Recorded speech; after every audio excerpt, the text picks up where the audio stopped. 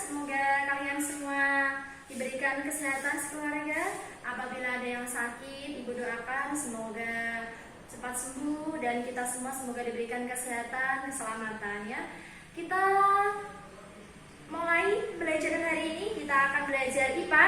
Anak-anak sudah mempersiapkan buku LKS IPA-nya dan juga alat tulisnya. Sebelum belajar, sebelum kita mulai kegiatan, diawali kita jangan lupa sarapan dulu, mandi biar seger ya, badan kita biar sehat. Kalau sudah kita akan mulai belajarnya. Kita baca bersama-sama untuk memulai pembelajaran hari ini. Bismillahirrahmanirrahim. Yuk kita mulai. Kita masuk ke tema 5, subtema 2, pembelajaran IPA. Kita akan belajar tentang rantai makanan, nutrien, dan nanti kita akan belajar tentang simbiosis. Apa itu rantai makanan dan apa itu nanti nutrien dan apa ada berapa saja itu simbiosis. Nanti kita akan belajar subtema 2 itu nanti kita akan belajar ini nanti. Apa itu rantai makanan? Coba anak-anak silakan dibuka halaman 106, subtema yang kedua. Rantai makanan adalah peristiwa makan dan dimakan antar makhluk hidup yang membentuk suatu rangkaian dinamakan rantai makanan. Jadi makhluk hidup di bumi ini kita itu sudah saling berkaitan ya antara makhluk hidup yang satu dengan makhluk hidup yang lain sehingga membentuk suatu rantai makanan. Setiap makhluk hidup dalam rantai makanan memiliki peran masing-masing ya. Ada yang berperan sebagai produsen, konsumen, dan pengurai. Halaman 107, coba dilihat anak-anak. Di situ ada gambar rantai makanan ekosistem di sawah. Di situ ada padi, belalang, katak, ular, elang, dan jamur. Padi dimakan oleh belalang, belalang dimakan oleh katak, katak dimakan ular, ular dimakan elang.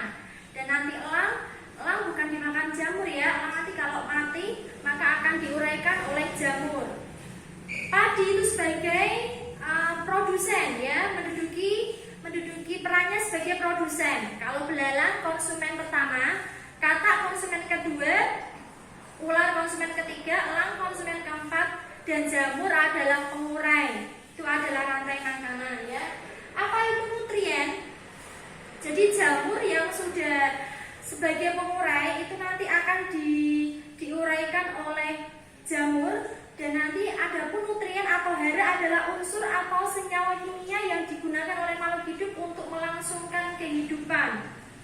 Nutrien berpindah dari produsen ke konsumen lalu ke pengurai. Saat produsen itu mati, tubuhnya akan diurai oleh makhluk hidup.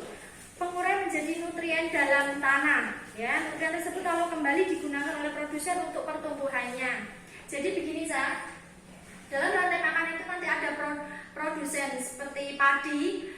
Dan konsumen pertama itu tadi belalang dimakan oleh katak, dan katak dimakan oleh ular, ular dimakan oleh elang, dan jamur, elang nanti mati diuraikan oleh jamur. Nah di situ nanti kedudukannya nutrien itu berpindah, senyawa kimia tadi berpindah menjadi nutrien dalam tanah, sehingga dalam tanah tadi itu tanahnya menjadi subur, lalu bisa menyuburkan tanaman, tumbuh kembali yang menumbuhkan tadi padi, sehingga padi begitu juga seterusnya, itu namanya rantai makanan. Padi tumbuh nanti dimakan oleh belalang, dimakan oleh katak, begitu seterusnya.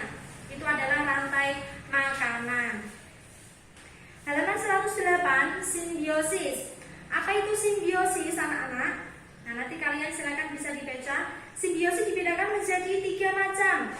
Simbiosis ada mutualisme, komensalisme, dan parasitisme.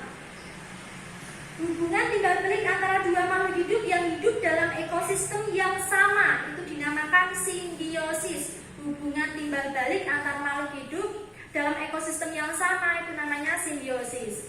Nah, simbiosis mutualisme adalah hubungan timbal balik yang saling menguntungkan. Kalau mutualisme itu saling menguntungkan antara dua makhluk hidup yang berbeda jenis.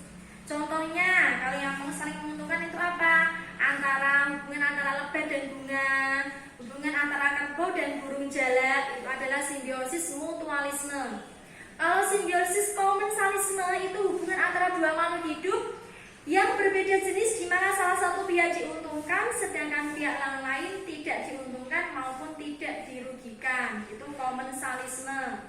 Contohnya hubungan antara ikan hiu dan ikan remora, hubungan antara tumbuhan paku dan anggrek, tanaman sirih dan inangnya. Jadi kalau ikan hiu dan ikan remora, itu ikan remora akan mendapatkan sisa-sisa makanan dari ikan hiu, tetapi ikan hiu itu tidak dirugikan maupun tidak diuntungkan oleh keberadaan ikan remora.